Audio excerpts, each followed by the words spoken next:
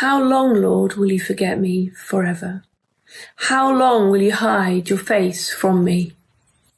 How long must I wrestle with my thoughts, and day after day have sorrow in my heart?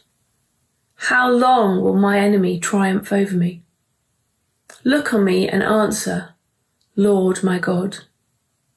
Give light to my eyes, or I will sleep in death. And my enemy will say, I have overcome him, and my foes will rejoice when I fall. But I trust in your unfailing love. My heart rejoices in your salvation. I will sing the Lord's praise, for he has been good to me. Hello, I'm Geoffrey Clark, moderator of the East Midlands Synod of the United Reformed Church, and I'm speaking to you from our church in Gainsborough. A verse from Psalm 13. How long must I bear pain in my soul and have sorrow in my heart all day long? How long?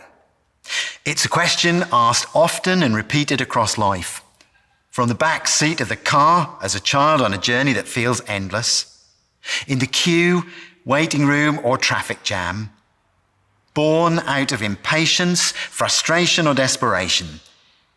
It's both an old question and a current one, ancient enough to be articulated by the psalmist in the reading we've just heard.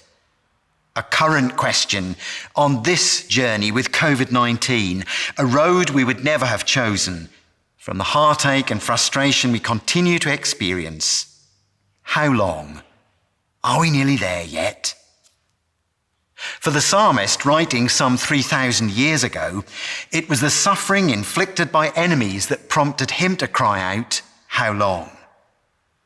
The battle felt endless, and he cries out, how long shall my enemy be exalted over me? In our own day, ours is a seemingly invisible enemy, a virus waging war against us and against our assumed patterns of living. The casualties are real people and real people's livelihoods and contexts, and the scale of loss is immense. Potentially, any person could be the enemy, insofar as they could be the carrier of the virus. And in this sad and desperate time, we may have concluded that the enemy, this deadly virus, has won. Or if not won, then certainly is waging a war against us, for which there seems no end in sight. So the psalmist's words are apt. How long must I bear pain in my soul and have sorrow in my heart all day long? I want to say, whether you're a person of faith or not, we are together facing an indiscriminate enemy whose power to hurt, harm and kill us is immense. And it is perfectly natural to plead for an end to this, to want to know the answer to the question, how long? And in asking, how long? We are in good company. The psalmist asked precisely the same question all those centuries ago. The churches of this county share a common conviction that the God in whom we place our trust is not offended or shocked to hear human beings cry out. Such prayers we might offer amidst the pain and heartache of these days do not have to be perfectly worded or perfectly polite. Across the centuries, countless prayers have been as short as these two words, accompanied by tears and shouted in anguish in the hope that God will hear. We stand together as one at this time, and one with the Jesus who on the cross cried out in the words of another psalm, my God, why have you forsaken me? John Bell and Graham Moore turned the words of Psalm 13 into this song.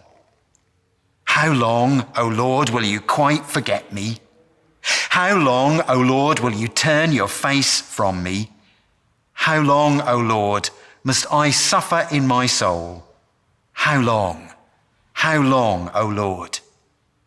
How long, O Lord, must this grief possess my heart?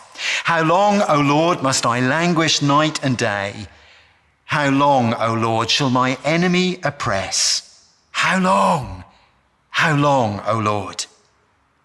Look now, and answer me, my God. Give light, lest I sleep the sleep of death, lest my enemies rejoice at my downfall. Look now, O Lord. Whether or not you're someone who might normally pray, then at this time of grief and loss, I invite you to turn to our God with these two words as enough for starters. How long?